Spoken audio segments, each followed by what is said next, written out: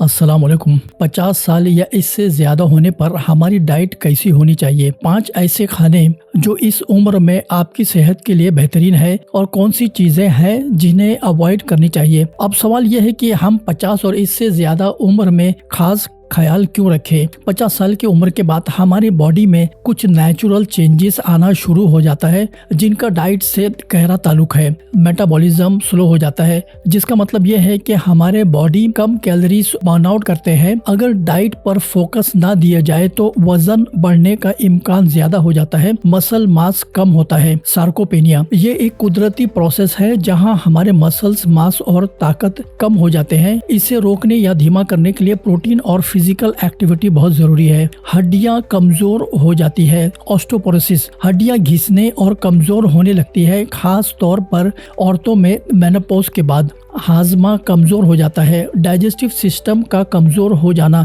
जिससे न्यूट्रिएंट का एब्जॉर्प्शन होना मुश्किल हो जाता है। दिल की बीमारियों और डायबिटीज का खतरा बढ़ जाता है। उम्र के साथ इन बीमारियों का रिस्क बढ़ जाता है जो हड्डियों के फ्रैक्चर का एक बड़ा सबब है, खास तौर पर बढ़ती उम्र के साथ। साइंटिफिक एविडेंस रिसर्च ये दिखाते हैं कि प्रोटीन की काफी इंटेक हड्डियों की डेंसिटी और फ्रैक्चर के रिस्क करने में मदद करते हैं, खास तौर पर कैल्शियम और विटामिन डी के साथ मिलकर। लिहाजा अपने डेली डाइट में अच्छी क्वांटिटी के प्रोटीन को शामिल करना बहुत जरूरी है। आमतौर पर 50 साल से उम्र से ज्यादा बॉडी वेट के हर किलोग्राम के लिए करीबन 1 से 1.2 ग्राम प्रोटीन की सिफारिश की जाती है। एग्जाम्पल, अगर आपका वजन 60 किलो है तो 60 से 70 ग्राम प्रोटीन इंटेक रोजाना जरूरी है। चलिए अब उन 5 बेहतरीन खाने की तरफ बढ़ते हैं जो हमारे सेहत को 50 की उम्र के बाद हेल्दी रख सकते हैं। ग्रीक योगर्ट हमारे लिस्ट में सबसे पहले नंबर पर है। ग्रीक योगर्ट ये सिर्फ एक टेस्टी स्नैक नहीं बल्कि न्यूट्रिशन का एक पावर हाउस है, खास तौर पर बड़ी उम्र के लोगों के लिए। ग्रीक योगर्ट क्या है? ग्रीक योगर्ट आम दही से थोड़ा मुख्तलिफ होता है। इसे बनाते वक्त ज्यादा वे यानी दही का पानी निकाला जाता है जिससे ये ज्यादा गाढ़ा, क्रीमी और ज्यादा प्रोटीन वाला बनता है। प्रोटीन क्यों जरूरी है?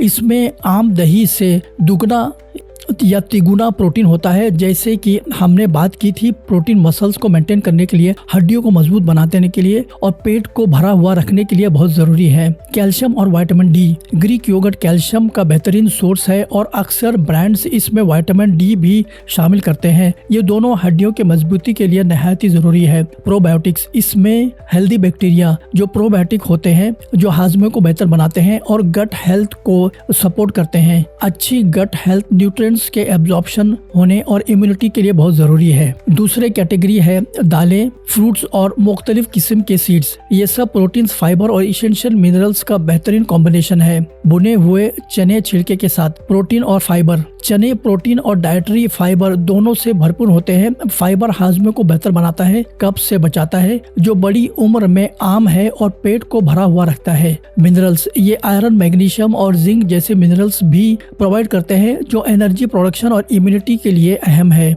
स्नैक ऑप्शन ये एक बेहतरीन और हेल्दी स्नैक्स बन सकता है। भुने हुए मूंगफली या पीनट्स छिलके के साथ प्रोटीन और हेल्दी फैट्स। मूंगफली या पीनट्स प्रोटीन और हेल्दी फैट्स का अच्छा सोर्स है। ये फैट्स दिल की सेहत के लिए बेनिफिशियल है। एंटीऑक्सीडेंट पीनट्स के छिलके में रेसवेरेट्रोल जैसे एंटीऑक्सीडेंट्स होते हैं जो सेल डैमेज से बचाते हैं। मूंगफली में कैलोरीज ज्यादा होती है, लिहाजा मॉडरेशन में खाएं। पंपकिन सीड्स कद्दू के बीज magnesium power house. Pumpkin seeds magnesium का एक बेहतरीन सोर्स है। मैग्नीशियम हड्डियों की सेहत, मसल्स के फंक्शन और ब्लड शुगर कंट्रोल के लिए निहायत ही जरूरी है। जिंक और एंटीऑक्सीडेंट इसमें जिंक भी होता है जो इम्यूनिटी और सेल रिपेयर के लिए अहम है। इसके अलावा ये एंटीऑक्सीडेंट से भरपूर होते हैं। सनफ्लावर सीड सूरजमुखी के बीज विटामिन ई और selenium. Sunflower seeds vitamin E एक जबरदस्त एंटीऑक्सीडेंट्स और सेलेनियम थायराइड फंक्शंस और इम्यूनिटी के लिए जरूरी है और इसका अच्छा सोर्स है। हेल्दी फैट्स ये सेहतमंद फैट्स प्रोवाइड करते हैं। चिया सीड्स ओमेगा 3 और फाइबर। अगर आप मछली नहीं खाते हैं या उससे एलर्जिक है तो chia seeds omega 3 fatty acids, alpha linolenic acids का एक बेहतरीन प्लांट बेस्ड सोर्स है। ये फाइबर से भी भरपूर होते हैं जो दिल की सेहत और हाजमे के लिए बेनिफिशियल है। इन्हें पानी में भिगोकर या स्मूथीज में शामिल कर सकते हैं। प्रोटीन रिच खाने, प्रोटीन से भरपूर खाने, जैसे कि हमने पहले बात की थी, प्रोटीन बड़ी उम्र में मसल्स और हड्डियों की सेहत के लिए अहम है। यहाँ कुछ और बेहतरीन प्रोटीन सोर्सेस है। मुर्गी, चिकन ब्रेस्ट एक बेहतरीन सोर्स है। स्किनलेस चिकन को ग्रिल्ड, बेक्ड या बॉइल्ड फॉर्म में इस्तेमाल करें। गोश्त, मॉडरेशन में प्रोटीन और आयरन का अच्छा सोर्स है। रेड मीट में आयरन और विटामिन B12 होता है। मछलियाँ, फैटी फिश जैसे सैल्मन, मैकरेल, सार्डिन्स और टूना सिर्फ हाई क्वालिटी प्रोटीन नहीं बल्कि ओमेगा 3 फैटी एसिड्स भी होते हैं, और ओमेगा 3 फैटी एसिड दिल की सेहत, दिमागी सेहत और जोड़ों की सेहत के लिए नहायत ही अहम है और इन्फ्लेमेशन को कम करते हैं। अगर मछलियाँ से एलर्जी है तो चिया सीड्स के अलावा फ्लैक्स सीड्स भी ओमेगा 3 अल्फा लिनोलेनिक एसिड्स का बेहतरीन सोर्स है। आप वॉलनट्स या अखरोट भी खा सकते हैं। अगर आप नॉन वेजिटेरियन है तो, नॉन वेजिटेरियन नहीं है तो दालें, टोफू, पनीर और सीड्स आपके लिए प्रोटीन के बेहतरीन सोर्सेस हैं। ओट्स या जौ का दलिया चौथे नंबर पर है। ओट्स जो अक्सर लोग नाश्ते में इस्तेमाल करते हैं, ये बड़ी उम्र के लोगों के लिए एक सुपर फूड है। Soluble fibre, beta glucan, oats में सॉल्युबल फाइबर खास तौर पर बीटा ग्लूकान होते हैं। ये फाइबर कोलेस्ट्रॉल को कम करने,